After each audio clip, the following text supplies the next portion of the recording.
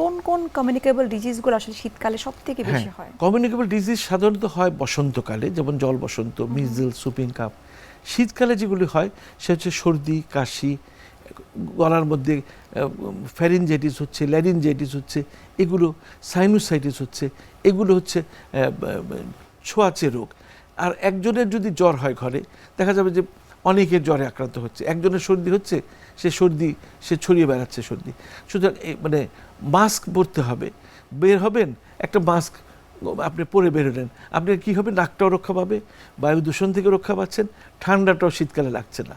আপনি ভালো চাদর পরতে। আরেকটা জিনিস হচ্ছে যে যেটা খুব ইম্পর্টেন্ট শীতকালে, যে গত বছরের বাক্সবন্দি কাপড় চোপড় যেগুলো রেশমি পশমি কাপড় রাখা হয়েছিল, সেগুলো লন্ড্রিতে না দিয়ে বা গরম পানিতে ধুয়ে রৌদ্রে না শুকিয়ে সরাসরি সেগুলো পরে ফেলা হলো। তো সারা বছর ধরে মাইট নামক ছোট ছোট কীট, সূক্ষ্ম কীট যেটা খালি চোখে দেখা যায় না, সেগুলো ফুসফুসে মানে শ্বাসনালীতে সরাসরি শ্বাসনালীতে ঢুকছে এবং অতি সংবেদনশীলতা সৃষ্টি করে শ্বাসকষ্ট বাড়িয়ে দিচ্ছে, অ্যাজমা বাড়িয়ে দিচ্ছে।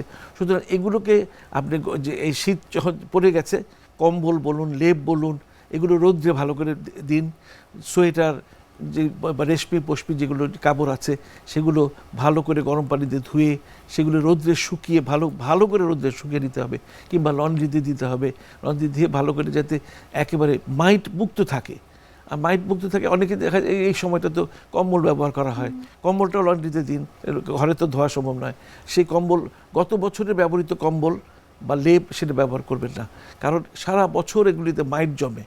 মাইট জমার সাথে আপনি কম্বল গায়ে দিয়ে আপনি শুয়ে পড়লেন, আপনার সারা রাত আপনার শ্বাসনালীতে মাইট ঢুকলো। মাইট ঢুকে সবচেয়ে বড় শ্বাসকষ্টের সবচেয়ে বড় কারণ হচ্ছে হাউস ডাস্ট মাইট।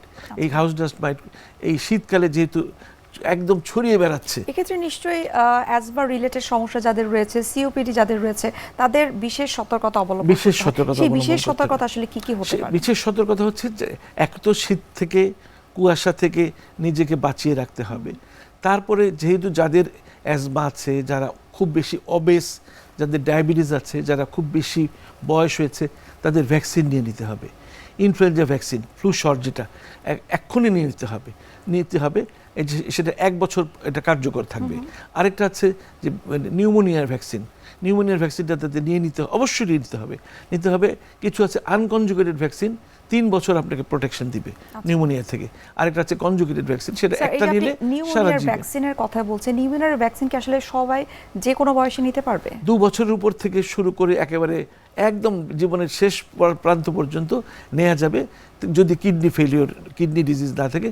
তো তাহলে মানে নিউমোনিয়ার ভ্যাকসিন, এই বিশেষ করে শীত পড়েছে, আজকে নিউমো ভ্যাকসিন নিয়ে নেবেন। যারা সুস্থ আছেন তারাও নিয়ে নেবেন, কারণ তারাও তো শীতকালে শীতে এক্সপোজড হবেন। তাদেরও তো শীতে তাদের দেখা যায় নিউমোনিয়া হবে, তাদের দেখা যায় ঠান্ডা লাগবে। এই ভ্যাকসিনগুলো আপনাকে প্রোটেকশন দিবে। আরেকটা প্রোটেকশন হচ্ছে, আপনি ধূমপান করেন খুব বেশি, এই ধূমপানটা ছেড়ে দিন, কমিয়ে দাও। অনেকে বলে কমিয়ে দিতে, কমিয়ে দিলে হবে না, ধূমপান ছাড়তে হবে। কারণ এই শীতে দেখা যায় মানে কয়েকজনে 10-12 জন মিলে বসে, গ্রামে গেছেন আপনি, গ্রামে হাট বাজারে দেখবেন যে অনেকে বসে গরম গরম চা খাচ্ছে, সিগারেটের একটা মহড়া চলছে। যে সেখানে আপনার দেখা যাচ্ছে যে সিওপিডি, অনেক শ্বাসকষ্ট, একটা বুড়ো গিয়ে বসে আছে, সেও সিগারেট খাচ্ছে, তার শ্বাসকষ্ট বাড়িয়ে দিচ্ছে। তো এই সিগারেট থেকে নিজেকে বাঁচিয়ে রাখতে হবে। প্যাসিভ স্মোকার, তারাও কিন্তু এফেক্টেড হচ্ছে। আরেকটা জিনিস, এই প্রচন্ড শীত যখন পড়বে, বিশেষ করে উত্তরাঞ্চলে, তখন দেখা যায় যে খুব বেশি ঠান্ডায় এক্সপোজড হলো। হঠাৎ করে দেখা গেল সে মানে সারা রাত্রি ঠান্ডা এক্সপোজড হয়েছে, কিংবা ট্রেনে গেছে, মুখটা বের করে রেখেছে জানলার ভিতরে, মানে বাইরে দিয়ে, প্রচণ্ড ঠান্ডা লেগেছে। সকালবেলা দেখা গেল তার ফেস এক সাইডে প্যারালাইজড হয়ে গেছে, যেটাকে বলে ফেশিয়াল পলসি বা বেলস পলসি, বা খুব সংক্ষেপে ফেশিয়াল প্যারালাইসিস। এই শীতকালে এটা বেশি হয়, একটু বয়স্ক লোকদের বেশি হয়।